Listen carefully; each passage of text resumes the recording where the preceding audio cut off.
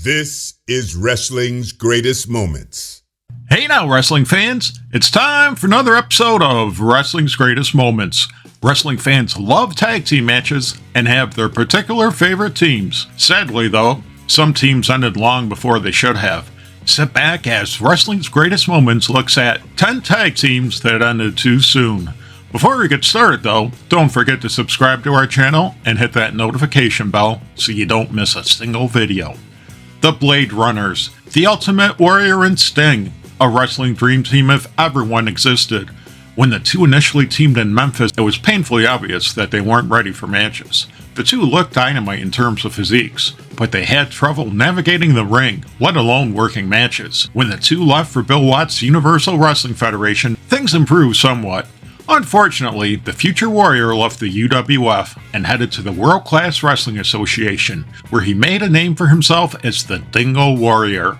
Both wrestlers would enjoy incredible success as single stars, but fans can't help but wonder how they might have fared had they stayed together. While they were clearly destined for singles greatness, a tag team run could have been fantastic. The New Breed. This Back from the Future tag team, comprised of Chris Champion and Sean Royal, started wrestling in Championship Wrestling from Florida and were reportedly invited to Jim Crockett Promotions after Crockett purchased the territory, with Booker Dusty Rhodes impressed by their work. Then again, Dusty could have liked hearing them address him as Mr. President, a reference to the fact that the American Dream was supposedly United States President in 2002, the year the New Breed supposedly came from. Chris Champion and Sean Royal were superb workers, and their gimmick as time travelers, their robot manager XTC1, and their use of the Beastie Boys' Fight for Your Right to Party connected with fans. A Pro Wrestling Stories article from Brian Damage claims that the New Breed were being positioned for a major feud against the Rock and Roll Express. That ended when the car they were riding in a hydroplane, and both wrestlers, who weren't wearing seatbelts, were thrown from the vehicle. Sean Royal suffered second and third degree burns on his head and body, while Chris Champion broke his arm in 2 places, as well as suffering burns. Doctors said that Champion would be out of wrestling for at least a year. Royal's injuries were still serious. Champion stepped away from wrestling, returning occasionally. According to the aforementioned Pro Wrestling Stories article, Royal blamed Champion for the accident since he was speeding through a rainstorm. The team split, and that was the end of what might have been a revolutionary team. The Skyscrapers, the 90s version of the Road Warriors? The Skyscrapers certainly looked to be on that path when WCW paired Sid Vicious with the criminally underutilized Dan Spivey in July 1989. Heel referee turned manager Teddy Long began guiding their careers as they targeted the Road Warriors.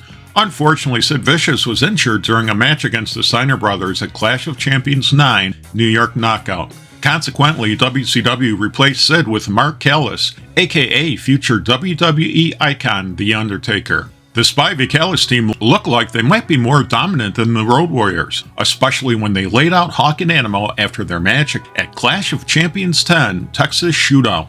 However, this being WCW, things didn't last long, and when Dan Spivey left, WCW replaced Spivey with the Destruction Crew's Mike Enos, aka future Beverly brother Blake, slapping a mask on him as the Masked Skyscraper. WCW might as well have booked one of the Ding Dongs as the Masked Skyscraper, as the third incarnation jobbed out to Hawk and Animal. Vicious and Spivey reunited at 1990 Starrcade, but the team never continued. While Sid Vicious and Mark Callis would go on to bigger things, the Skyscrapers is another one of wrestling's what-if scenarios. The Hollywood Blondes.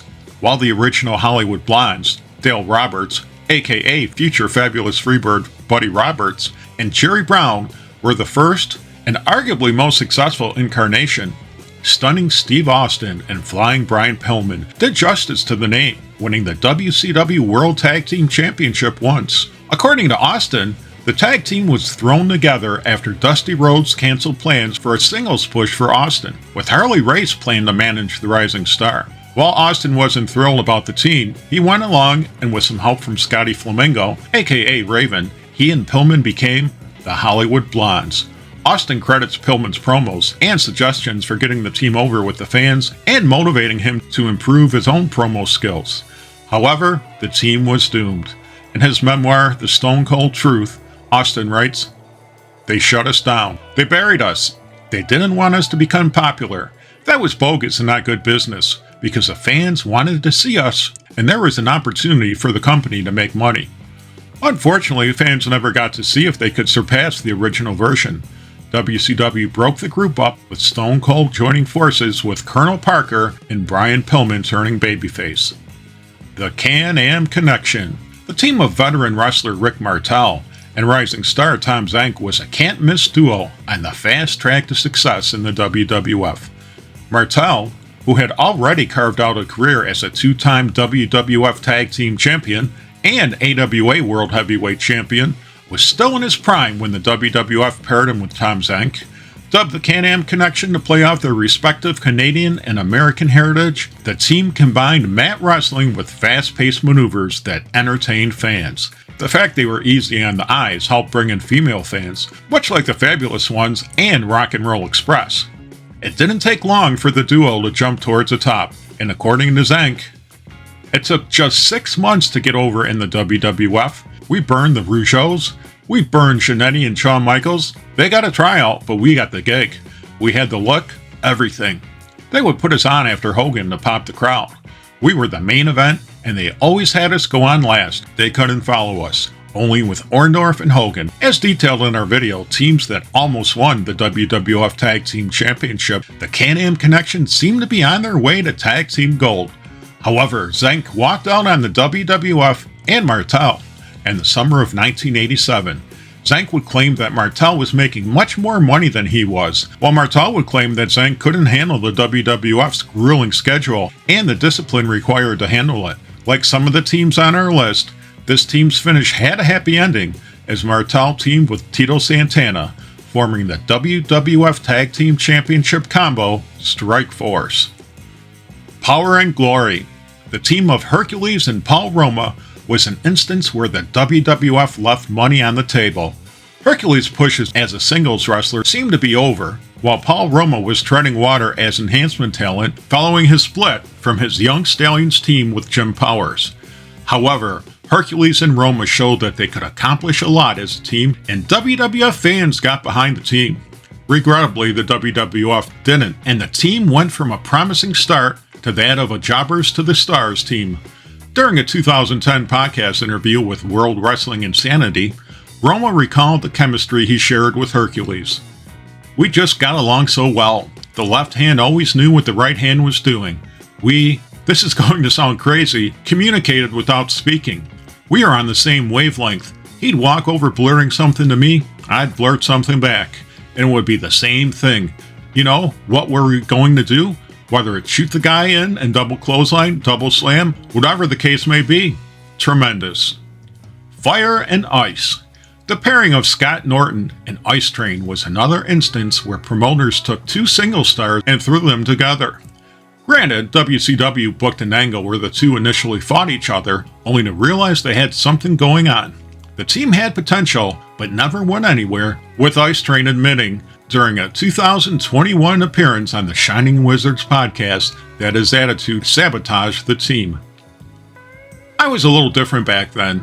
I believe that I treated Scott Norton bad because I didn't respect his knowledge that he had, and at that time, I didn't want to be a tag team partner. I just thought I was ready to be on my own. Ice Train added, "When I look at it now, I'm like, man, we were giving the Steiners big butt whoopings, and there's no way that team should have broke up so early. But at that time, I don't think Norton wanted to tag with me, and I probably didn't want to tag with him. I don't think he knew me as a person, and I don't think I knew him as a person." Like several teams mentioned here, Fire and Ice split up just when they seemed to be on the verge of success. Bobby Eaton and Arn Anderson.